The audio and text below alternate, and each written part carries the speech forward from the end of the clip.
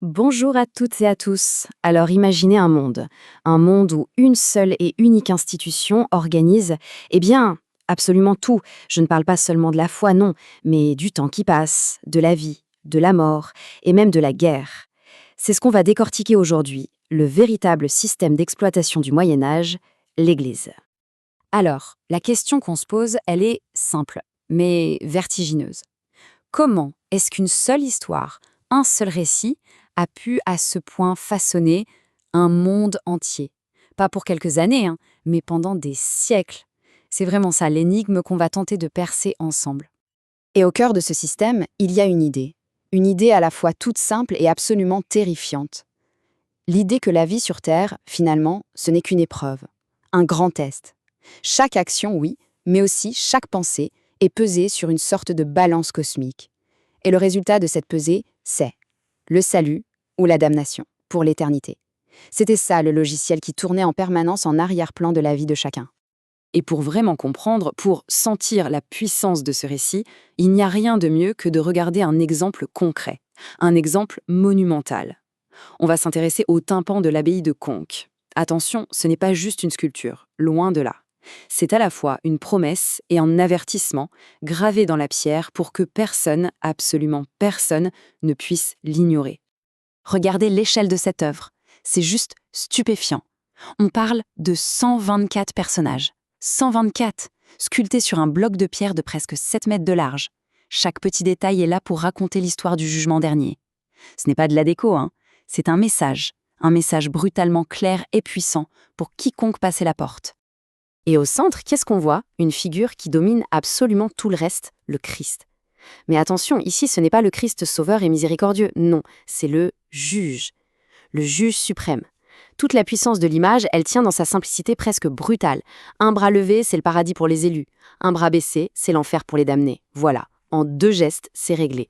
Le destin de toute l'humanité est scellé. Et cette dualité, cette opposition, on la retrouve partout sur le tympan. D'un côté, à la droite du Christ, le paradis. Là, tout est calme, ordonné, serein. Et de l'autre côté, c'est le chaos absolu, l'enfer, un tourbillon de violence, de terreur, de souffrance. C'est une vision du monde sans aucune place pour la nuance. C'est noir ou c'est blanc, point. D'ailleurs, il y a un historien de l'art, Marcel Duria, qui a une formule absolument géniale pour résumer ça.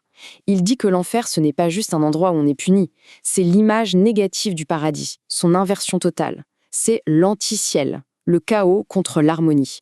Et c'est vraiment cette opposition binaire qui est la clé de tout, la clé pour comprendre la mentalité de l'époque. Et juste en dessous du Christ juge, il y a la scène cruciale, le moment de vérité, la pesée des âmes. D'un côté, on a l'archange Saint-Michel, et de l'autre, un démon. Un démon qui essaye de tricher carrément. On le voit appuyé sur le plateau de la balance pour le faire pencher du mauvais côté. C'est la mise en scène parfaite du combat spirituel qui se joue pour chaque âme. Mais attention, cette grande histoire, elle ne restait pas juste une image figée sur le portail d'une église. Non, elle s'infiltrait absolument partout, dans chaque recoin de la vie quotidienne. Parce que l'église, elle ne se contentait pas de guider les âmes vers le salut, elle organisait le temps lui-même.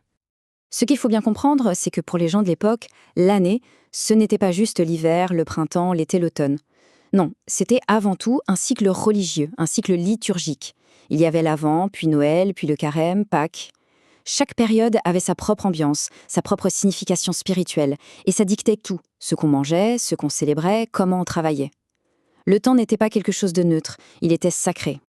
Et ce rythme, on le retrouvait à l'échelle de la journée. Les cloches de l'église, ce n'était pas juste pour appeler à la prière, c'était l'horloge publique, l'horloge du village.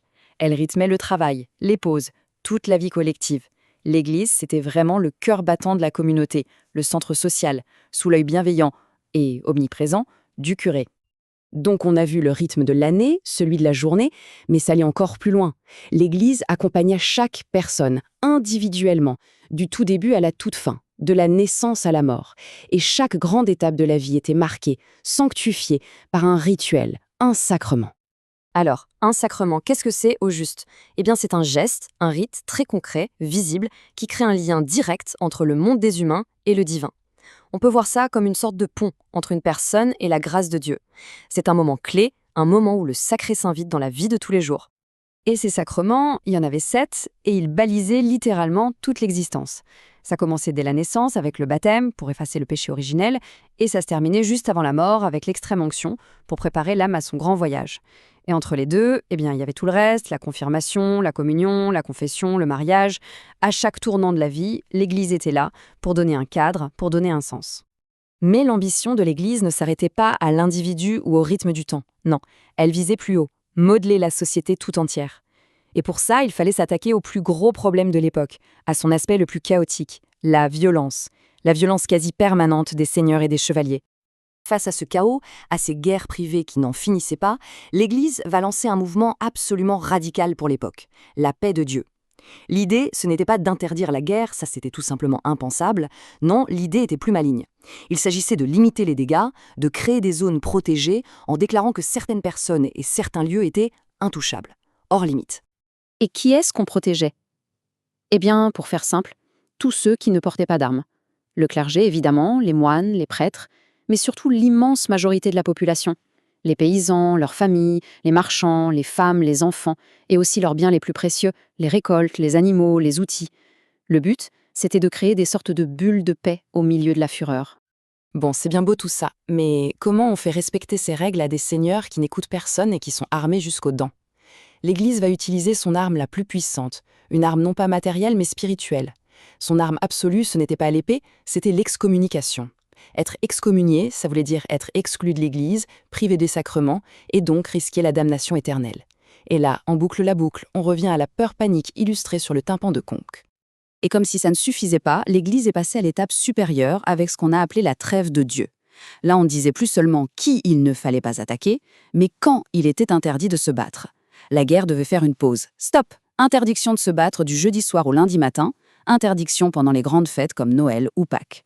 En fait, l'Église sacralisait le calendrier pour mettre la violence entre parenthèses. Donc si on résume, on a un monde qui est souvent brutal, chaotique, incertain. Et au milieu de tout ça, l'Église offre quoi? Un système complet. Un véritable système d'exploitation qui donne un sens à tout. Il donne une explication au monde, un code de conduite pour la vie de tous les jours, et surtout, la chose la plus importante, une promesse pour l'après. La promesse du salut. Finalement, comprendre ce rôle total de l'Église au Moyen-Âge, ça nous amène à une question beaucoup, beaucoup plus large.